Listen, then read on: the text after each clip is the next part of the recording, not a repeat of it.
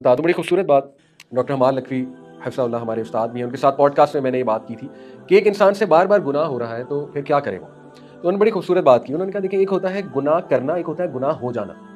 दोनों में फ़र्क है। जो गुनाह करने वाला है ना वो प्लानिंग के साथ करता है। प्लान उसका ये है कि अभी वो बिलीव नहीं करता आखिरत-उखरत ये वो प्लान करके कर रहा है, अभी मौजें कर लो, प्लान है। दूसरी टाइप है जिनसे हो जाता है, उनका प्लान नहीं होता, उनका प्लान नहीं होता। उनके माइंड में होता है कि नहीं मैंने अल्लाह की फर्माबरदारी ही करनी है, ठीक है? लेकिन उन पे जज़्बात हावी हो जाते हैं उस टाइम पे, कुछ हो जाता है ऐसा कि वो कर बैठते हैं। तो उनके लिए उम्मीद ही उम्मीद है, अगर वो बार-बार भी करते हैं। क्योंकि सही मुस्लिम की हदीस है, उसका मैं आपको कॉन्टेक्स्ट बयान करता हूँ कि अल्लाह ताला जो है उससे एक शख्स माफ़ी माँगता है, मुसलमान एक शख्स गुनाह करता है, अल्लाह ताला से माफ़ी माँगता है। अल्लाह ताला उस शख्स पे बड़ा फ़ख्र करता है, फ़रिश्तों कहता है कि क्या ये एक्नॉलेज कर रहा है इसका एक रब है? फ़रिश्ते कहते हैं हाँ अल्लाह इसीलिए तो माफ़ी माँग रहा है। और क्या ये एक्नॉलेज करता है मैं माफ़ करता हूँ? फ़रिश्ते कहते हैं ऑफ कोर्स। तो अल्लाह कहते हैं मैंने इसे माफ़ किया। अभी माफ़ ही किया होता है, कुछ देर बाद फिर गुनाह कर लेता है। दोबारा ये कहता है या रब मुझे माफ़ कर दे, रब इग़फ़िरली, रब इग़फ़िरली। अब ये जो ये रब जो है ना, ए मेरे रब, ये भी बड़ा खूबसूरत जुमला है। इसमें भी बड़ी मोहब्बत है ना इंसान की, बड़ा मान है कि अल्लाह मैं मानता हूँ आप ही रब हैं और आप ही माफ़ करते हैं। कोई अकीदा है इसके पीछे। तो वो फिर माफ़ी माँगता है। अल्लाह फिर फ़रिश्तों को कहता है अच्छा ये मुझे रब मान रहा है और ये मानता है कि मैं माफ़ करता हूँ। फ़रिश्ते कहते हैं जी।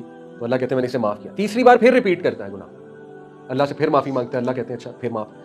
और उसके बाद अल्लाह कहते हैं अब ये गुनाह किए जाए मैं माफ़ करता रहूँ। लेकिन ये कौन है जिससे गुनाह हो जाता है, वो नहीं जो गुनाह करता है। इन दोनों में फ़र्क है, ठीक है? करने वाले कौन है जो प्लान करके करते हैं, पूरा प्लानिंग है उनकी। उनकी प्लानिंग होती है शुरू से कि मैंने जो है ना वो 45 साल पार्टी करनी है, ये पूरा प्लान है। और उसके बाद जो है ना देखी जाएगी, कर लेंगे क्या करें, ये प्लान है। और अमूमी तौर पे ऐसे बंदे को तौफ़ीक ही नहीं होती तौबा की, ठीक है? कभी भी। उनसे की ही नहीं जाती तौबा। वो अच्छा अमल होता है। तो एज़ लॉन्ग एज़ आपसे गुनाह हो रहा है, आपको फ़िक्र हो रही है, आपको तकलीफ़ हो रही है, आपको दुःख हो रहा है और उसके बाद आप फ़ौरन कोई अच्छा काम करते हैं तो ये खैर की बात है। और इसका मतलब है अभी अल्लाह आपसे नाराज़ नहीं है, ठीक है? अभी वार्निंग साइन्स आ रहे हैं, अपने आप को ठीक कर लें और सच्ची तौबा करें, सच्ची तौबा, क्वालिटी तौबा करें। मज़ाक ना करें अल्लाह से, क्वालिटी तौबा करें, ठीक है? क्योंकि इस्लाह के बाद जो है ना तौबा के बाद इस्लाह भी ज़रूरी है। इस्लाह के लिए कुछ स्टेप्स लें, स्टेप्स दिखाएँ अल्लाह को कि मैं स्टेप ले रहा हूँ। स्टेप्स कुड बी कि मैंने अपना स्क्रीन टाइम कम कर दिया, स्टेप्स कुड बी मैं रात को मोबाइल ऑफ करके सोता हूँ, स्टेप्स कुड बी कि मैं हराम रिलेशन छोड़ने की कोशिश कर रहा हूँ या कोशिश कर रही हूँ, ठीक है ना? स्टेप्स कुड बी कि मैंने स्नैपचैट ही डिलीट कर दिया, स्टेप्स कुड बी मैंने टिकटॉक ही डिलीट कर दिया, ठीक है? तो ये स्टेप्स हैं। ये स्टेप्स जब आप अल्लाह को दिखाएँगे तो फिर आपकी तौबा खुद प्रूव हो रही है कि खालिस। अगर आप अपने आप को भी धोखा दे रहे हैं, अल्लाह को भी धोखा दे रहे हैं कि मुँह पे तौबा तौबा करें, इस्तिग़फ़ार इस्तिग़फ़ार, स्टेप 0 है, तो फिर ये आप अपने आप को भी धोखा दे रहे हैं, अल्लाह को तो धोखा दिया नहीं जा सकता। आप अपनी तरफ से तो दे रहे हैं लेकिन अल्लाह तो जो है वो दिलों की चीज़ें भी जानता है, ठीक है? अल्लाह ताला जो है वो तो खुफिया चीज़ भी सामने ले आता है। वो तो एक-एक चीज़ आपकी जानता है कि ये प्लानिंग क्या कर रहा है, ठीक है? तो इसलिए ये चीज़ है। तो तफक्कुर पे बात बहुत हुई कि आप प्रूफ्स पे गौर करें और फिर गौर व फ़िक्र करना सीखें बैठकर, ताकि आपकी जो है ना वो बाकायदा ये सीबीटी है, कॉग्निटिव बिहेवियरल थेरेपी है, कि इंसान जो चीज़ सोचता है वो फिर उसका एटीट्यूड बन जाता है। तो जब आप इन स्टोरीज़ पे गौर व फ़िक्र करेंगे कि हज़रत मूसा, हज़रत मरियम, हज़रत यूसुफ, चेक तो करो ना कि कैसे अल्लाह ने उनकी मदद की, चेक तो करो अल्लाह ने उन्हें अकेला नहीं छोड़ा।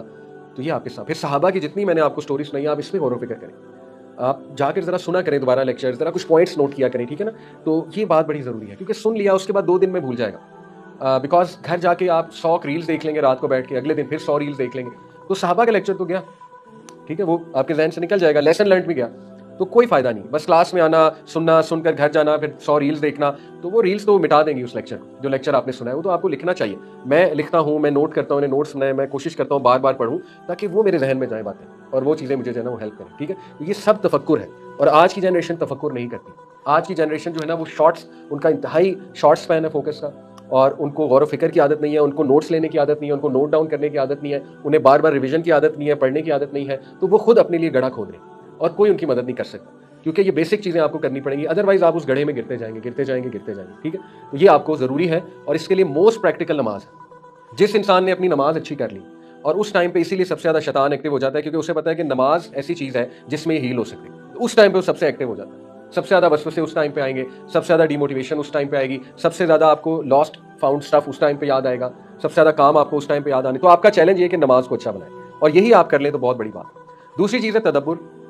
तदब्बुर भी कुरान में अल्लाह रब्बुल आलमीन ने तदब्बुर की भी दावत दी है और अल्लाह ताला ने जैसे कहा ना कि क्या ये कुरान मजीद पे अफला यतदब्बरूनल कुरान अम अला कुलूबिन अक़फ़ालुहा, क्या ये कुरान पे तदब्बुर नहीं करते या इनके दिल बंद हो चुके हैं, ठीक है?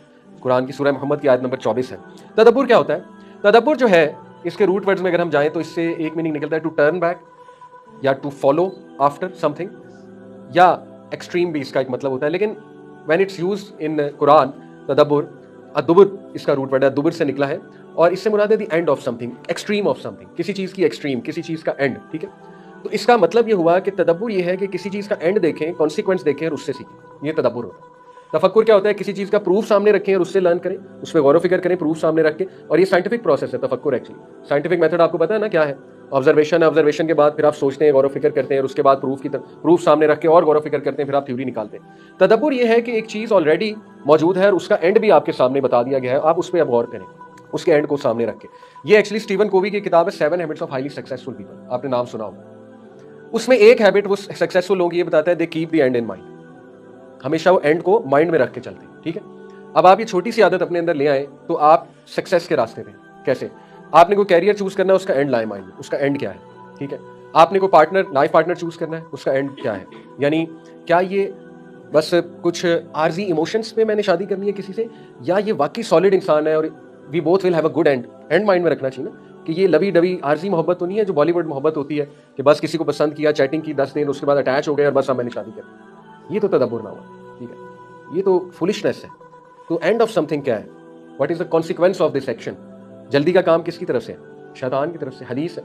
तो आप तो सही से गौर व फिक्र ही नहीं कर रहे एक मामले पे, आपके सर पे सवार है, नहीं नहीं यही है यही है यही है, तो फिर उसका एंड अच्छा तो नहीं होगा, उसका कॉन्सिक्वेंस अच्छा तो नहीं होगा, सीधी सी बात है, ठीक है। तो इसी तरह अल्लाह ताला ने आपको अंजाम बता दिया, फिरौन के रास्ते पे जाओगे ये अंजाम है, कैरेक्टर्स बता दिए अल्लाह ने, कारून के रास्ते पे जाओगे अंजाम तुम्हारे सामने, सुलेमान सलाम के रास्ते पे जाओगे उसका एंड तुम्हारे सामने, ठीक है। दो मुतजाद कैरेक्टर्स दिखा दिए अल्लाह ताला ने। तो इसलिए कुरान मजीद जब तदब्बुर की दावत देता है तो उससे मुराद ये है कि देखो, सी दी कॉन्सिक्वेंसेज ऑफ समथिंग, और फिर उसके बाद गौर करो कि मैंने अब क्या करना है। मैं आपको तदब्बुर और तफक्कुर लगा कर दिखाता हूँ, ठीक है। देखें, let's compare these two things, नमाज वर्सेस एनीथिंग एंटरटेनिंग, ठीक है।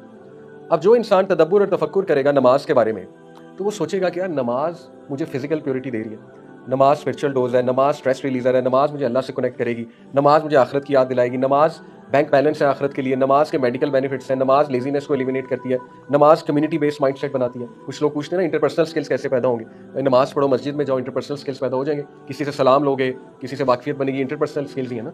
इसी तरह नमाज में सेरेनिटी देगी, पेशेंस देगी, पीस देगी, और भी बड़े फवाइद हैं। बंदा तफक्कुर, फिर नमाज का एंड क्या है? ऑफ कोर्स नमाज का एंड अच्छा ही, there is all good, time में बरकत है, डिसिप्लिन आ जाएगा लाइफ में, कितने ज़बरदस्त एंड है नमाज के, ठीक है। अब आप इसको कंपेयर करें, लेट्स से कि आप जो है ना वो चाहते हैं कि बस मैं मौजें करूं, उसका तदब्बुर तफक्कुर उस पर करें, उसमें क्या बस डोपामिन मिलेगा और कुछ नहीं मिलेगा, प्लेजर केमिकल। आप जो है वो लेजी हो जाएंगे, आप सिर्फ अपना सोचने लगेंगे, आपकी एग्रेशन बढ़ जाएगी, ऑब्वियसली आपकी फ्रस्ट्रेशन और बढ़ती जाएगी, क्योंकि इब्न अल क़य्यिम ने कहा ना कि गुनाह जब एक इंसान करता है ना, गुनाह जो है वो मिराज की तरह है। मिराज क्या होता है? सहरा में जो इफेक्ट होता है, आपको दूर से लगता है पानी है पानी है पानी है, लेकिन जैसे आप करीब जाते हैं पानी नहीं होता था, मिराज इफेक्ट, ठीक है, साइंटिफिक है, फिजिक्स की टर्मिनोलॉजी, रिफ्रैक्शन की वजह से होता है। तो वो मिराज में पड़ जाता है बंदा कि ठीक है मजा आ रहा है, लेकिन असल में वो गिरता जा रहा होता है। लेजीनेस है, प्रोक्रेस्टिनेशन है, ग्रेड्स आपके खराब होंगे, पढ़ाई आपकी खराब होगी, हेल्थ आपकी खराब होगी, हर चीज़ आपकी डिक्लाइन पे है। तो आप मुझे बताएं कि एक बेवकूफ़ इंसान ही नमाज को छोड़ेगा ना और दूसरी साइड पे जाएगा। जो तफक्कुर और तदब्बुर करता है वो तो स्मार्ट डिसीजन लेता है जिंदगी में, ओके। तो इसीलिए स्टीवन कोवी ने सक्सेसफुल लोगों की हैबिट बताई है कि they always keep the and in mind. जब इंसान थोड़ा एंड सोच लेता है ना तो उसकी डिसीजन मेकिंग जरा अच्छी हो जाती है, ठीक है। तो एंड को जरा माइंड में लाया करें कि ठीक है, I can do it, but what is the end. जैसे एक उन्होंने सवाल मुझसे पूछा साहब ने कि मेरा दिल करता है मैं शादियां ना करूं, बहुत ओपन, मेरा दिल करता है मैं शादी ना करूं और इसी तरह चलता रहे। तो मैंने कहा क्या मतलब इसी तरह चलता रहे? उसने कहा कि देखिए शादी जो है ना बहुत बड़ा बर्डन है और क्या फ़ायदा इतना स्ट्रेस लेने की, इतना बर्डन लेने की। तो मेरा तो दिल करता है, और एक्चुअली वो शैतानी वसवसा बता रहे थे, ऐसा नहीं कि वो बुरे इंसान थे, वो अपना एक वसवसा बता रहे थे। मुझे वसवसा आता है कि मैं ना मल्टीपल रिलेशन बनाऊँ, बस ठीक है, दैट्स इट। मैंने कहा ठीक है ज़रूर, लेकिन इसका एंड क्या है? उसका एंड सोचें आप, व्हाट इज़ ये चीज़ आपको कहाँ ले जाएगी, थोड़ा सा ये बैठ कर सोच लें, ठीक है। उन लोगों का एंड देखें जो इस जगह पे जा रहे हैं, उनका क्या एंड है? आज वो गोलियां खा रहे हैं साइकेट्रिस्ट से लेके, ठीक है ना, तबाह है, मेंटल हेल्थ उनकी तबाह है, फिजिकल लाइफ उनकी तबाह है, लाइफ में बेबरकती उनके है। तो स्मार्ट डिसीजन ले, ठीक है शादी मुश्किल है, लेकिन व्हेन यू कंपेयर कि शादी का एंड जो है वो ज़्यादा बुरा है या कमारे रहने का एंड ज़्यादा बुरा है, तो आप खुद ही अब डिसीजन ले लें। और अनफॉर्चुनेटली ये चीज़ लड़कियों में भी आ रही है, यंग बच्चियों में, कि वो भी शादी की अब कायल नहीं है फॉर वेरियस रीजन। तो मैं उन्हें भी यही दावत देता हूँ कि आप तदब्बुर करें कि ठीक है, आई एक्सेप्ट शादी के चैलेंजेस हैं, आप पे जिम्मेदारियाँ आएंगी, आपकी मर्जी कुछ खत्म होगी, आपको मर्द की भी बात माननी पड़ेगी, ऑब्वियसली कवाम होता है मर्द, अगर वो जालिम नहीं है, जालिम और कवाम में फ़र्क है, so you get my point. तो आपको कॉम्प्रोमाइज़ करना पड़ेगा, फिर आपको थोड़ा सा कैरियर सेक्रीफाइस करना पड़ेगा। तो यस, शादी में गिव एंड टेक तो है, मैं नहीं कहता शादी के बाद बहुत जो है ना वो आपकी ज़िंदगी बहुत ही खूबसूरत हो जाएगी, लेकिन तदब्बुर तो करें ना, शादी का एंड गोल ज़्यादा बुरा है या कमारे रह के एंड गोल ज़्यादा बुरा है? ऑब्वियस आपके साथ। और फिर उनकी मिसाल, व्हाट आर द कॉन्सिक्वेंसेज जो इस जगह पे गई, ये जो रेडिकल फेमिनिस्ट हैं, जिनको 40 साल में जाके याद आता है कि काश मैंने पहले ही शादी कर ली, और फिर वो रिग्रेट होता है उन्हें बहुत ज़्यादा, फिर उनकी उम्र भी गुजर चुकी होती है, सब कुछ गुजर चुका होता है, ठीक है। तो वी डोंट वांट दैट। तो तदब्बुर ये है कि आप बैठ कर गौर फिक्र करें। आप देखिए ना, यूथ तफक्कुर और तदब्बुर करने लग जाए, उनकी डाइट भी ठीक हो जाए। आप कभी सोचें तो सही, मतलब आप खा क्या रहे हैं? फास्ट फूड, ये डेड फूड है, डेड फूड है। हाँ, कभी कभी ठीक है, मैं नहीं कहता हराम है, हराम तो नहीं, ऑफ कोर्स हम भी खा लेते हैं, कभी कभी है, लेकिन it is basically dead food. और इसके इंग्रेडिएंट्स क्या हैं, और compare it with fruits, compare it with जो ऑर्गेनिक डाइट है, compare it with healthy diet, तो आपको खुद ही समझ आ जाएगी। आप कभी डेयरी मिल्क के रैपर के पीछे पड़े तो सही है क्या उसमें? मैं आपको सुनाता हूँ। 56 ग्राम शुगर है डेयरी मिल्क में, 56 ग्राम शुगर है, ये मेरे सामने लिखा हुआ है, ठीक है। 56 ग्राम शुगर का पता है क्या मतलब है? 16 ग्राम शुगर जो है ना, वो होती है एक चम्मच, बल्कि नहीं, 4-5 ग्राम एक चम्मच है, छोटी चम्मच, ठीक है। तो 56 ग्राम का क्या मतलब है? कितनी चमचियां? 10 से ज्यादा, 12, 13, 14। तो अगर मैं आपको कहूं कि ये चीनी पड़ी है क्रश, 14 चमचियां खा जाओ, खा जाएंगे? अब यही चीज डेयरी मिल्क में है। मैं नहीं कहता हराम है, चॉकलेट खा सकते हैं, ऑब्वियसली मूड बूस्ट होता है, बड़ा कुछ होता है, लेकिन आप सोचिए ना, एक बंदा जो है वो चॉकलेट ही खाई जा रहा है और वो डेट्स की तरफ नहीं जा रहा। अल्लाह ने कितनी और चीज़ें शुगरी रखी हैं नेचर में, जो नेचुरल शुगर्स हैं और गुड कार्ब्स हैं उनके अंदर। तो फिर आप खुद जिम्मेदार हैं, अल्लाह माफ़ करें, ठीक है। जब आपकी डाइट ही ठीक नहीं है, जब आप उस पर भी गौर व फिक्र नहीं कर रहे, इसको एक हैबिट बनाए गौर व फिक्र को, आप सक्सेसफुल हो जाएंगे, आपकी पर्सनैलिटी बड़ी बैलेंस हो जाएगी। हर चीज़ पे रिसर्च करनी चाहिए।